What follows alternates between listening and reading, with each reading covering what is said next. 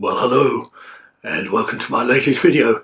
Now, you may have seen on YouTube, in case you haven't bothered to look out of the window, but bad weather is coming in the Northern Hemisphere. Yes, we are about to head into autumn and winter. And what does that mean for the cyclist? Well, it means you need to be prepared. You need to do a few things, you need to take a few precautions, you need to take various bits of equipment with you, and you need to prepare yourself for bad weather. And I've seen a number of videos giving advice to cyclists, cyclists who perhaps were not aware that in the Northern Hemisphere around this time of year, the seasons can change, and the weather can change. It can get colder and it can get rainier and it can get windier. Do you remember that song, that Terry Jack's big hit, Seasons in the Sun? Do you remember that? Well, he did a sequel to that, which was called Seasons in the Cold and the Rain and the shit and the potholes and the slush and the snow and the ice. But that wasn't such a big hit because people thought, well, we know what it's like in winter, mate. We don't need a fucking song. Do you remember that line? What was it? We had joy, we had fun, we had seasons in the sun, but the stars we could reach were just starfish on the beach. Do you remember that? I mean, what the fuck? I don't know what that means. Anyway, so I thought it was about time that I helped the new cyclist, and maybe people who've been cycling for a year who don't know what it means to ride in the cold and the rain, and give you a few of my special tips. So let's get straight into it, shall we? And the first thing is, well, you may know that here, particularly in the United States of Kingdom, when the weather turns bad, it can rain. So what do you need when it rains? Well, you need an umbrella, don't you? So I've got myself here an umbrella. Now, they do say you're not supposed to unfurl an umbrella inside, but my view is, at the moment, if I didn't have bad luck, I wouldn't have no luck at all. So, as you can see, this umbrella is protecting me from the weather, protecting me from the rain. So when I go out on my bike, I carry my umbrella, and when it starts to rain, or even if it's raining, when I get on the bike, I unfurl the umbrella, and whoosh, I'm ready to go. So let's just close this little baby up, chuck it over to my helpful assistant over there, and move on to the next item. Now, the next item is very important, of course, because it can get cold, it can get very cold, it can get really quite chilly. So it's important to have the right clothing.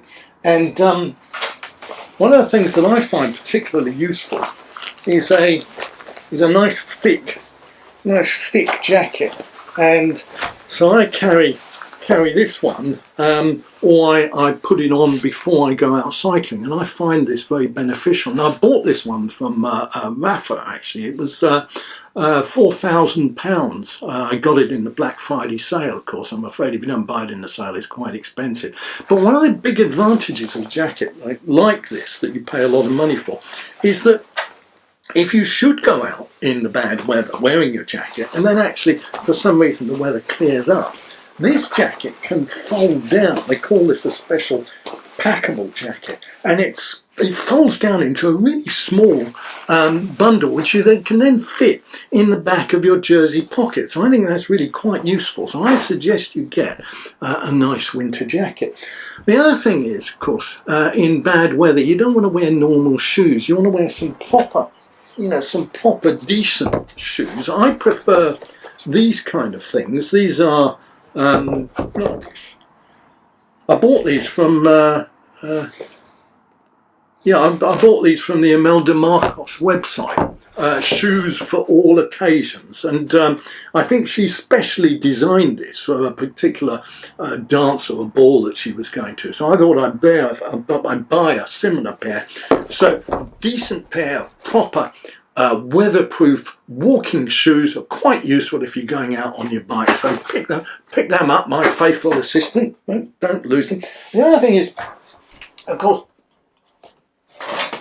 when it gets cold and you get a puncture or you stop for a coffee or something like that, you can really get quite a chill. So I find it's useful to carry this, which I am pleased to call a blanket. You may want to call it something else.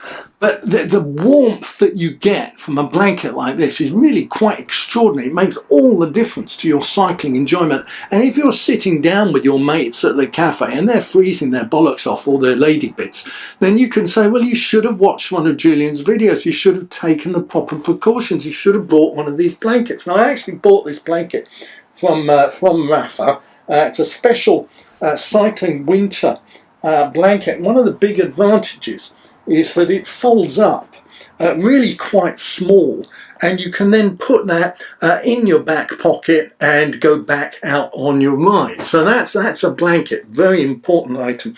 Now the next thing is, of course, when it gets cold, one of the things, and they do say that 110% of the heat is lost from the top of your head.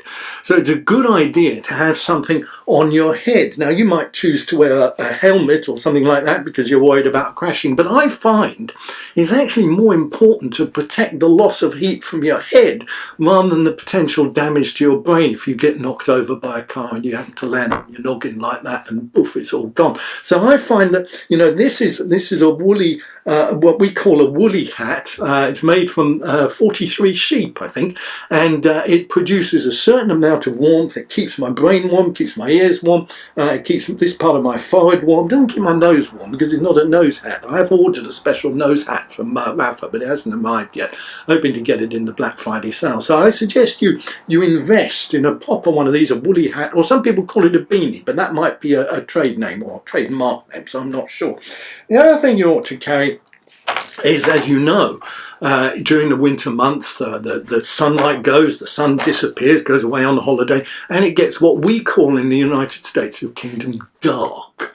And therefore it's quite useful to carry not just lights on your bike or lights on your body, but actually a decent torch, because if you get a puncture, you're going to have to light your way, you're going to have to use a torch. This one actually doesn't work because I've got it out of the cupboard, because you always keep a torch in the cupboard just in case there's a power cut. And then you get a power cut and you can't find the fucking torch because it's dark in there, obviously, and then you do find the torch and it doesn't work because you left it in there for a couple of years and the batteries of what is that word? The battery acid has leaked out and it's gone all over the place, and you're pressing it like that, as I was doing a little while ago. It doesn't bloody work. But anyway, I suggest you carry a torch. Probably a good idea to carry a torch that works anyway. So that's the torch. The next item, moving swiftly on, you want to carry drinks, of course, and it's important that you drink lots, because you can lose a lot of fluid, particularly if you go to the toilet. I went to the toilet once. I lost litres of fluid. I mean, it was a long ride, but you know, you've got to replenish that fluid. And if you've got something like this, which is what we choose to call an insulated cup, okay, you can put tea in here, maybe coffee, and as long as you put it in hot, it'll stay hot for at least, I don't know, 40 minutes, and that's a decent ride.